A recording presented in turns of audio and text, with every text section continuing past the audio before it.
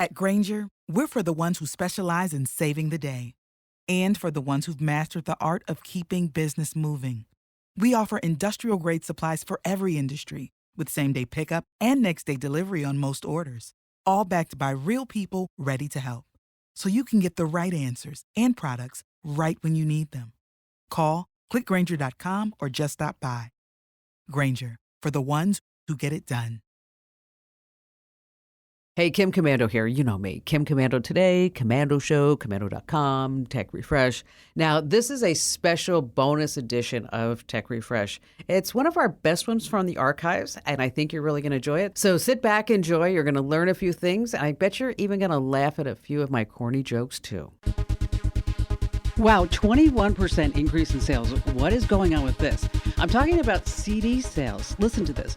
The Recording Industry Association of America, those are the big dogs, they say that revenue from CDs grew by 21% to $584 million in 2021. Okay, I'm talking about compact discs.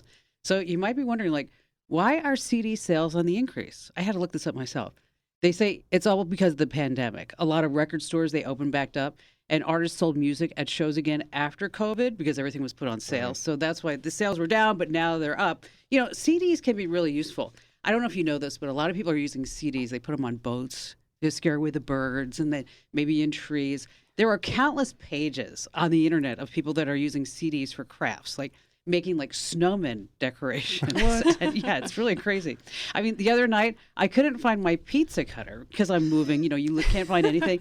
So I used my old Bryan Adams CD because it cuts like a knife. I know. Hey, listen, welcome to Tech Refresh. It's your weekly fun show about all things digital. I'm Kim Commando, and here with me for Tech Refresh, you just have the smartest people you know in the tech reporting business, like Commando.com's amazing content queen, Allie. Welcome. What pearls of wisdom are you going to be sharing with us today? I'm going to tell you why you need to update your phone, and I've also got some good phone tricks to save you a good amount of time. Yes, and then we have our battery bad boy, trusty news director at Commando.com, Ben. What do you have coming up? Details on some new malware that's hitting phones, and it's worse than the garden variety stuff that we talk about sometimes, and why universal control is my favorite new Apple thing since MagSafe. Ooh. Yeah. And then we have our magnificent millennial, Matthew. What the heck is the internet buzzing about? So not only are we going to talk a little bit about Elon Musk and some crazy stuff that happened on Twitter this week, as well as a huge debate going on TikTok right now. Ooh. And don't forget at the very end, I tell a joke that's so good, you're going to laugh until next week's episode.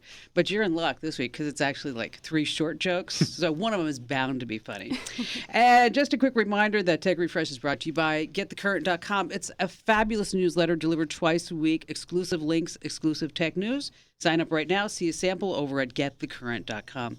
And we're going to start with the news. These are important tech developments to keep you in the know. And I'm going to start off. We're going to talk about software that you have right now on your computer. You have your operating system, your apps, your security software, and you probably have it all set up for automatic updates, right? I mean, that's what we want. But now with the Russia-Ukraine war that it's heating up, there are some things that you need to consider. And I've been getting a ton of email about this. Antivirus software, Kaspersky, Oh, yes. Russia. Wow. Okay, back in 2017, the Department of Homeland Security in the U.S., they ordered all government departments, all federal agencies, this is what they say, to remove and discontinue present and future use of Kaspersky products, saying that they were too risky. Then a Bloomberg Businessweek report on the decision claimed that Kaspersky had links to Russia's intelligence agency, and then said that the company has developed security tech at the spy agency and worked on joint projects that would be embarrassing if they were made public. Oof. Now, Kaspersky comes out this past week and says, don't worry about any of that. Sure. It's fine. Yeah. Nothing to see here. This is what they said, we are just a private global security company. We don't have any ties to Russia or any other governments.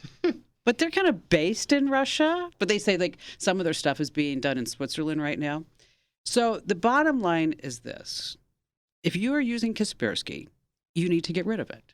you need to stop using it. And I know some of you are saying, "Oh, Kim, but you used to sponsor Kaspersky." Yes, a long time ago I did say Kaspersky was great, but that was like before this Department of Homeland Security.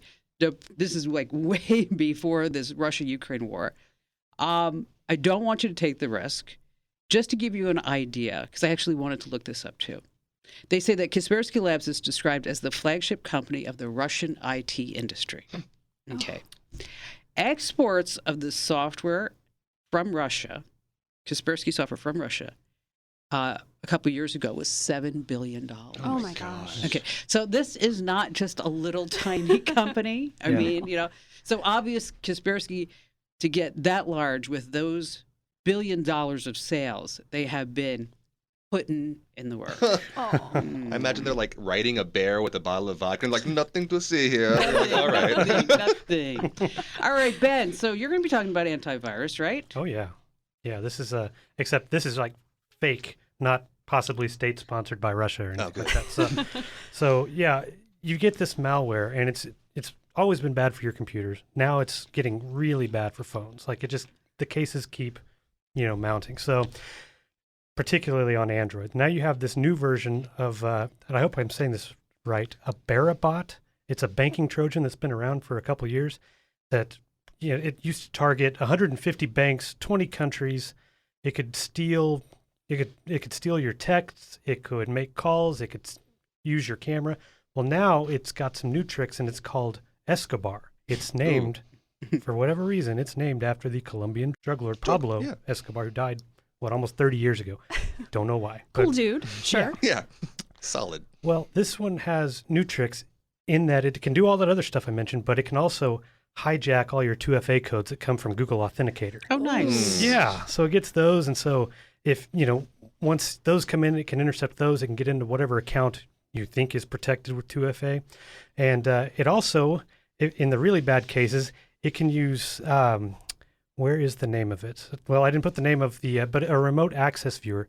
It can actually install that with it. So it can remote access your phone just like a computer. And just like do whatever it wants. So it doesn't even need the 2FA. You can just open your bank account, put in the information, anything else. Okay, so how do you get this? Well, the way you get this is by not downloading it from the official App Store. Okay. Oh, Okay, not to say Google Play is always great. They're always pulling out apps that have problems, but this one was basically posing as McAfee, at least the app they know of. It's probably posing as something else by now. Others too, but Right. it was on. It was circulating around Discord. That's where people were downloading it. Looks like McAfee. It's not. Installs the malware, causing problems. So it's that person that's trying to get something free. Okay, it's like, okay, right, this is going to cost me $9.99, but if I can go over here, I can get it for free. Well, not exactly. Exactly. Not exactly. That's smart. All right, so you want to be careful with that, and don't go over to any other place aside from Google Play, and always look at the reviews and be smart. Yeah. And check the developer. Yeah, just kind of check things out. All right, Allie, you're up next. What do you got? It is time to update your phone. There are new updates for iPhone and Android.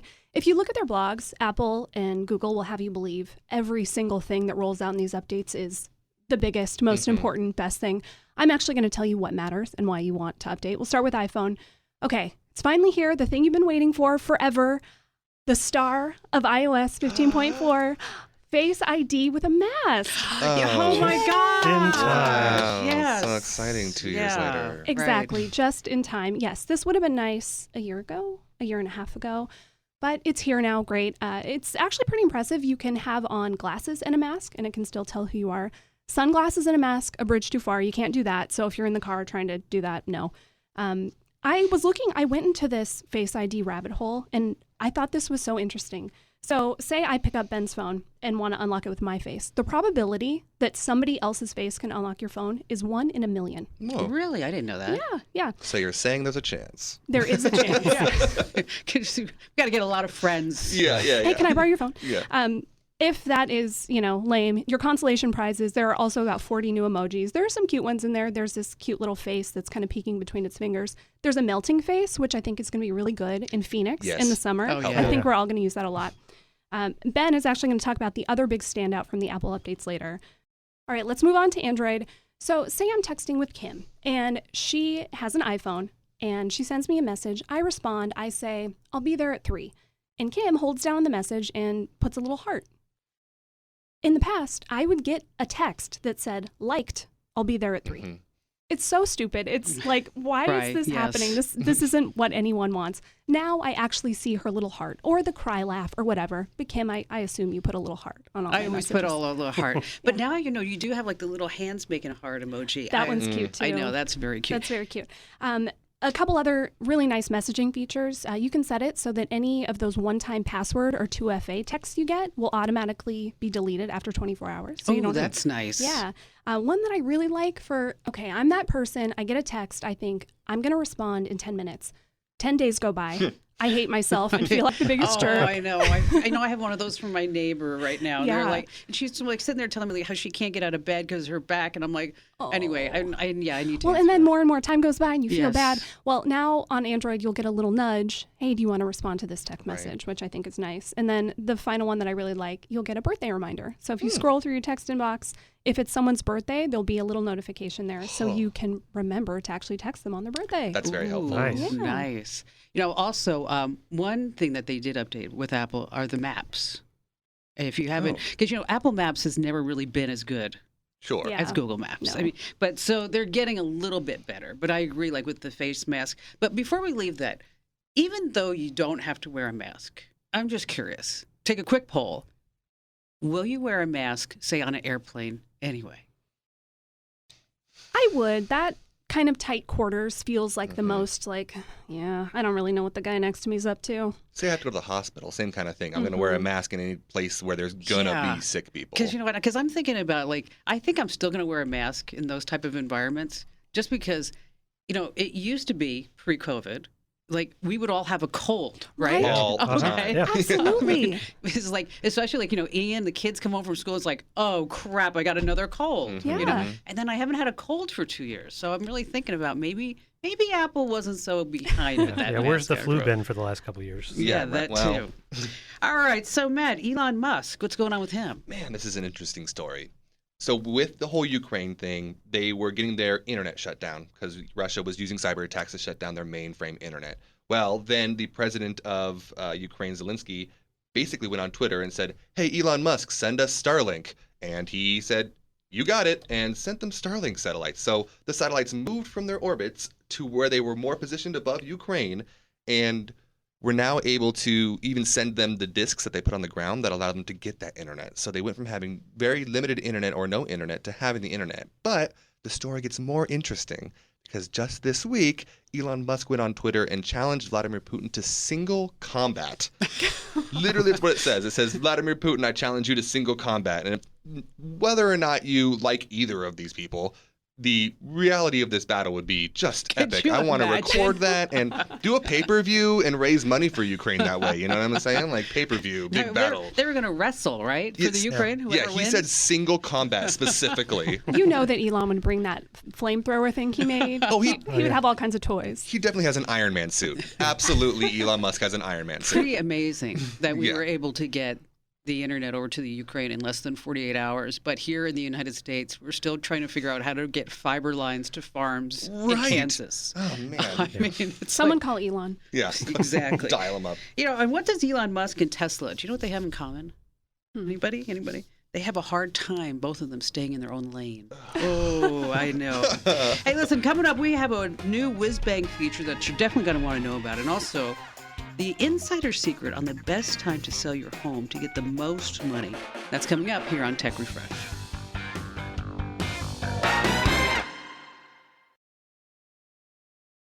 How'd you like to hear about how I saved $456 in just 5 minutes? I used an app called Rocket Money. Rocket Money is a personal finance app that finds and cancels your unwanted subscriptions, monitors your spending, and helps you lower your bills all in one place. Can you remember all the free trials and all the other random subscriptions that you've signed up for? Of course you don't, and that's what they're banking on. I love that with Rocket Money, I can see all of my subscriptions in one place. Then if I see something I don't want, I just tap to cancel, and I never have to get on the phone with customer service. Rocket Money has over 5 million users and has helped save its members an average of $720 a year, with over 500 million in canceled subscriptions. Stop wasting money on things that you just don't use. Cancel your unwanted subscriptions by going to rocketmoney.com/Kim. That's rocketmoney.com/Kim. rocketmoney.com/Kim.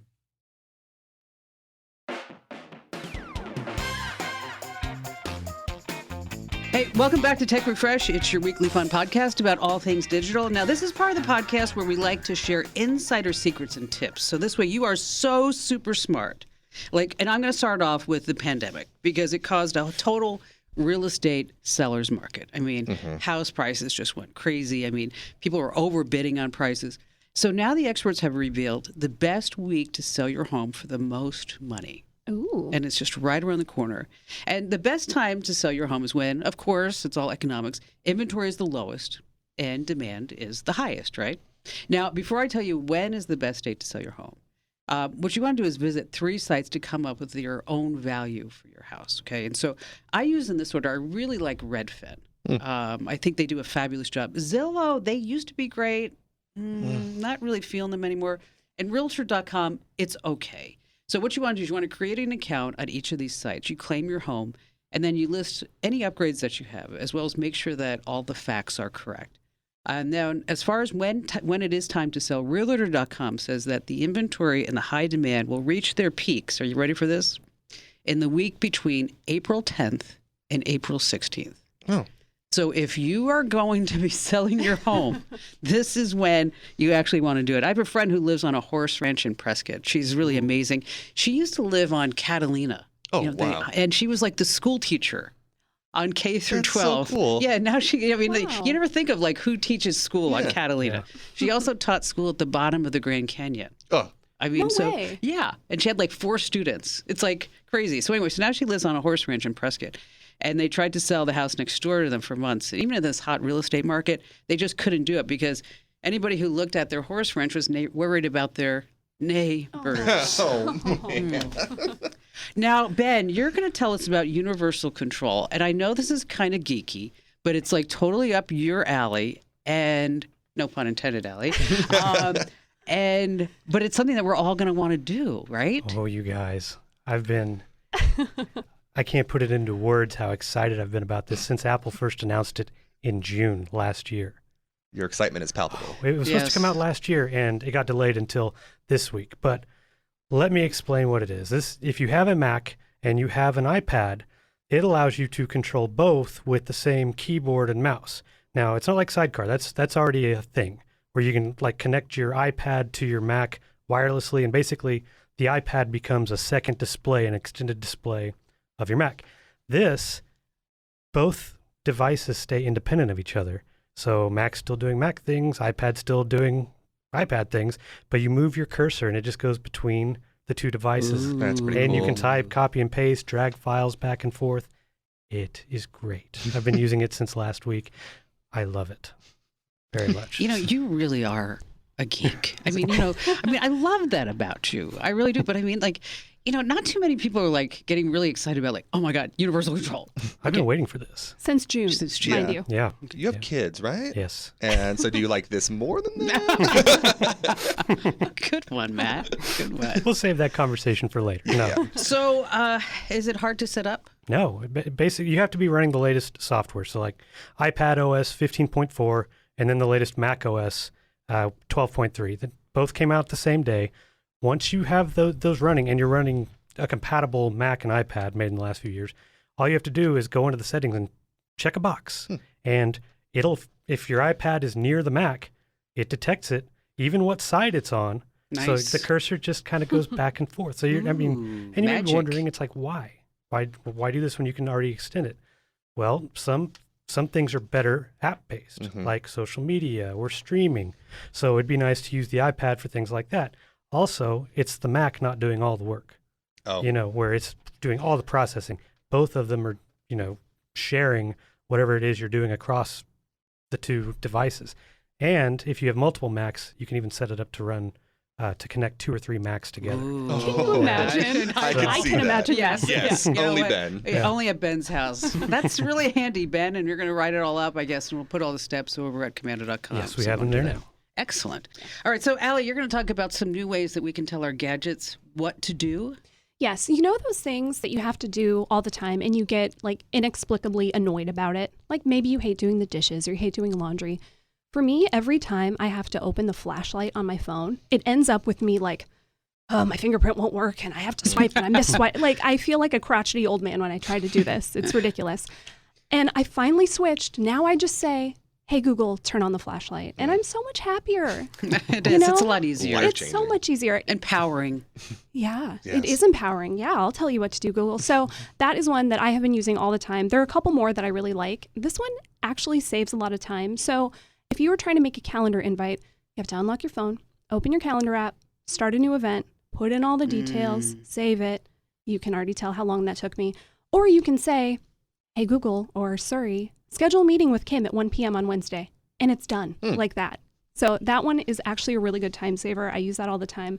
The other big thing I use my voice for with my phone is checking the hours of a restaurant, a store, whatever it is. Hey, Google, when does Target close? And then you get a nice little map with all the hours. Or if it's one place, you'll just get all the details right there on your phone. Easier than having to type it in and navigate and find it, whatever. So. But I wonder, can you say like we don't really need this now, but like 2 years ago, like, hey, Google, does Costco have toilet paper? Oh, yeah. You that know? would be nice. That would be really Oh, man. something. All right, I'll call Costco. Yeah. All right, so Matt, AirPods. Yes. I tend to lose my things. That is just part of, something that I've always been. And I generally bring my AirPods with me everywhere I go. But recently I lost them. And I discovered that you can actually make them make a loud noise so that you can find them where they are, if they're in the couch or if they're under the bed or wherever they may be. You can go into Find My on your iPhone, and it'll show you all your devices connected to it. And then you find, so mine's Matt's AirPods, and you click it and it'll say play sound. And you can either play it, if you're just missing one of the two AirPods and it's like in somewhere, you can just play sound out of that single one and it'll go beep, beep, beep, beep, beep. And then you can go find it. And it made my life so much easier because I wish my keys had the same thing or anything else, my freaking shoes. Now, but didn't you buy you bought one AirPod on eBay? Yes. So I recently broke one of my AirPods in a scooter riding accident, and I smashed it on the ground. And so I was able to buy a new AirPod on eBay, as opposed to having to go to the Apple website where they run $75, $80 on the Apple website. On eBay, I was able to get it for around $55 for a quote new I was gonna say. AirPod.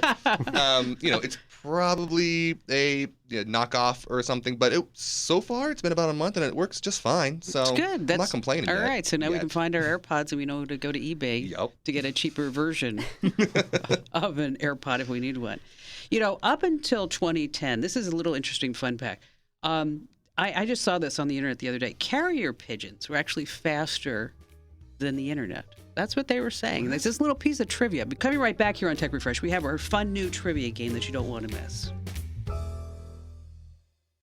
How'd you like to hear about how I saved $456 in just 5 minutes? I used an app called Rocket Money.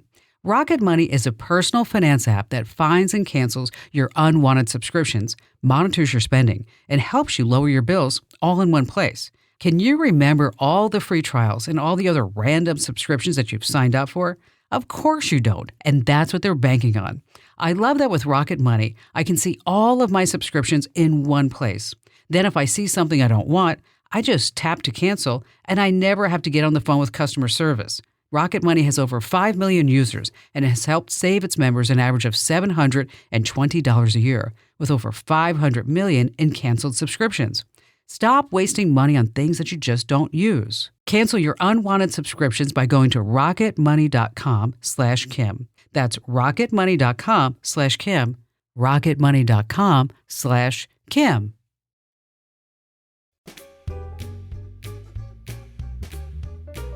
Hey, welcome back to Tech Refresh. It's your weekly fun podcast about all things digital.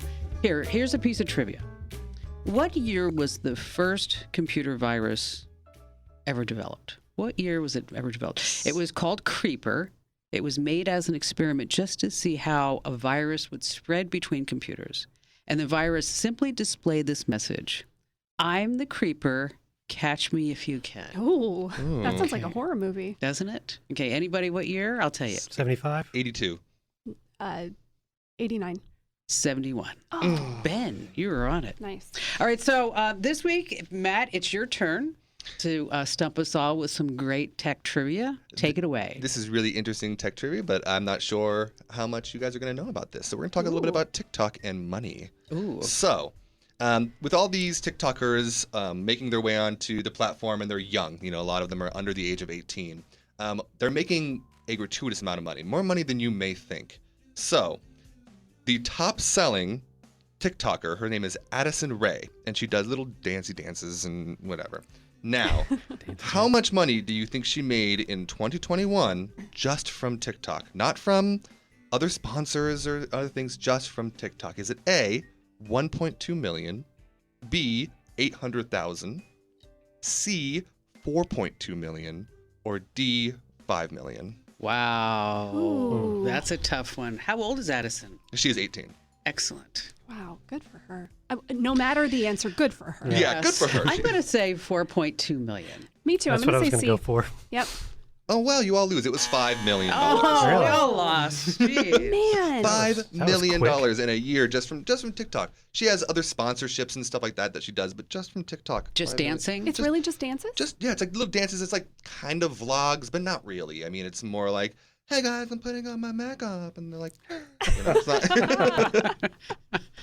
I guess, I'd have to be able to talk like that and dance. Yeah, I mean, I And could pretend, but We could, yeah. We're not going to do that.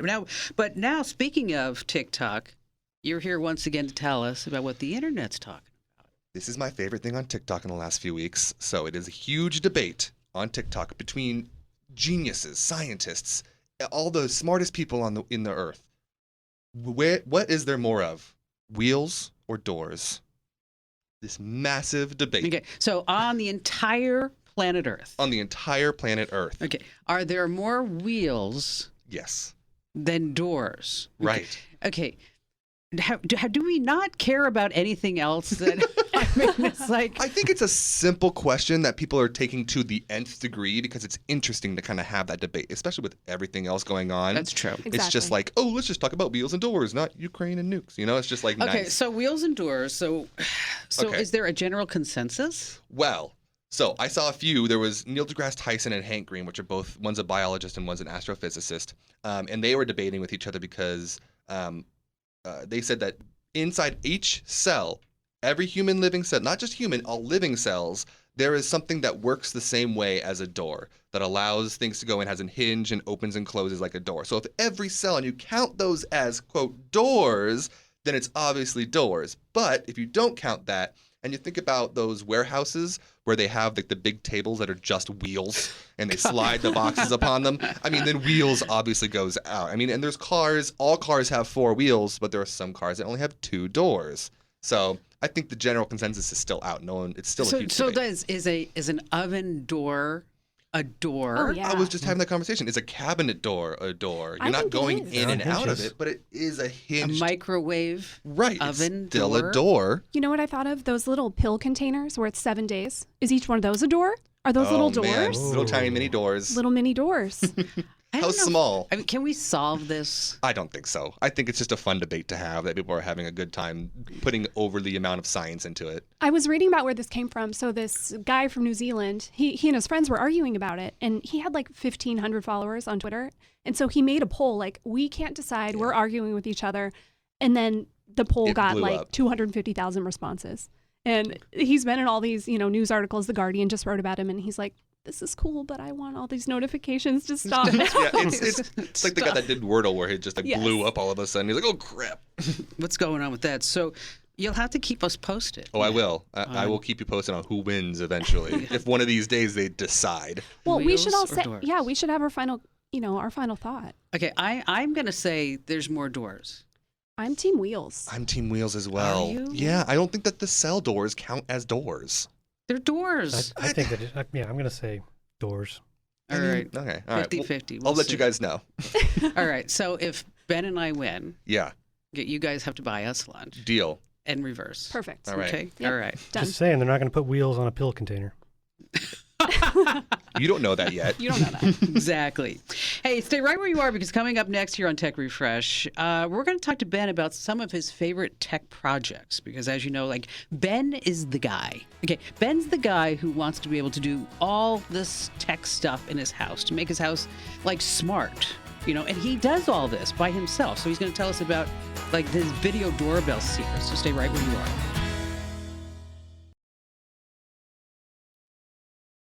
How'd you like to hear about how I saved $456 in just 5 minutes? I used an app called Rocket Money. Rocket Money is a personal finance app that finds and cancels your unwanted subscriptions, monitors your spending, and helps you lower your bills all in one place. Can you remember all the free trials and all the other random subscriptions that you've signed up for? Of course you don't, and that's what they're banking on. I love that with Rocket Money, I can see all of my subscriptions in one place. Then if I see something I don't want, I just tap to cancel, and I never have to get on the phone with customer service. Rocket Money has over 5 million users and has helped save its members an average of $720 a year, with over 500 million in canceled subscriptions. Stop wasting money on things that you just don't use. Cancel your unwanted subscriptions by going to rocketmoney.com/Kim. That's rocketmoney.com/Kim. rocketmoney.com/Kim.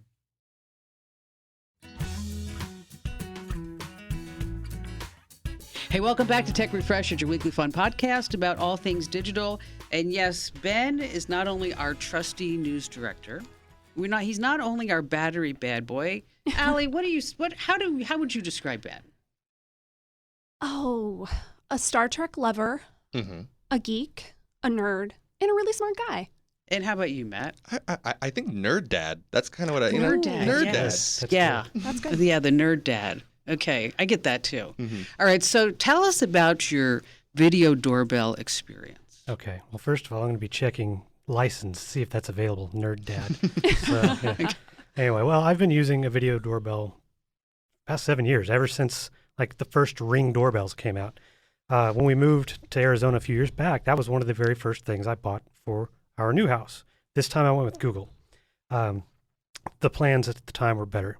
Anyway, the challenge at this house was that you walk up to the porch, you've got the door. Well, the doorbell is on the wall to the right of the door. So pointing the other wall.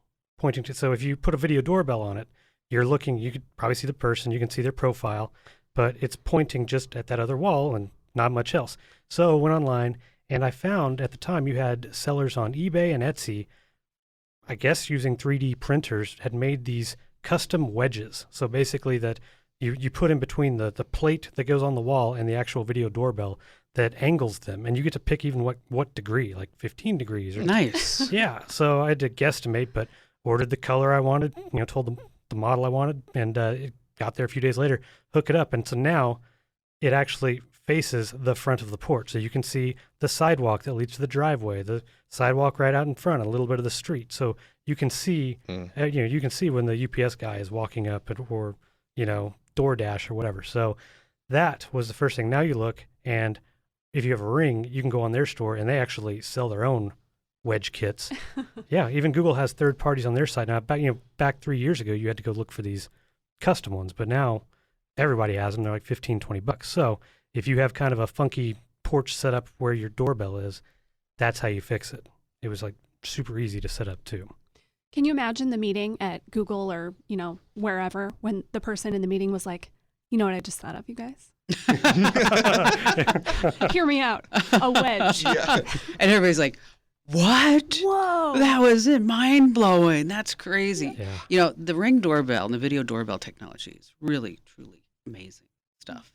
I mean, I told you guys about how, the gate at that one of the houses is like, and then we kind of like jury-rigged the Ring doorbell. So when somebody rings the doorbell, I get a notification on my phone that opens the gate. I mean, you can really go crazy with this stuff. Yeah, but you still have to lock it down like other security cameras, anything else. Even though I think pretty much everyone now, the big names, Google, Ring, they all have the encrypted video and they store the video that way. But, Google, I have the Nest Hello doorbell. So it's got also, if you subscribe to Nest Wear, the facial recognition.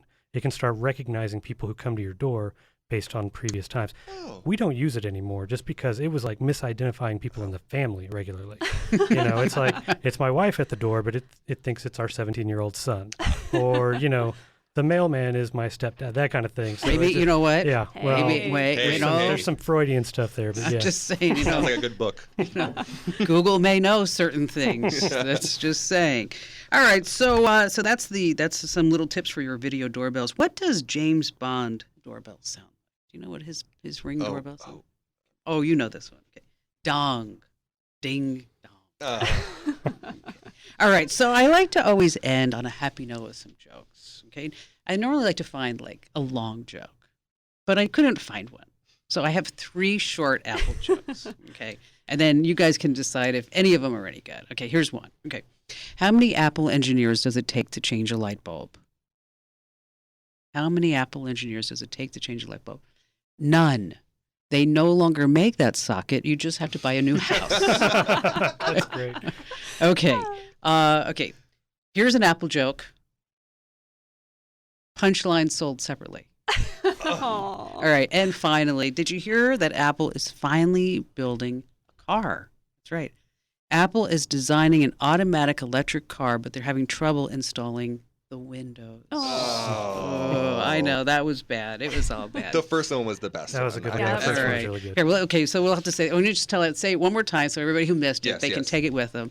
How many Apple engineers does it take to change a light bulb? None. They no longer make that socket. You just have to buy a new house, which is pretty much, I mean, truthful, yeah. right? I how it That's a works. good point.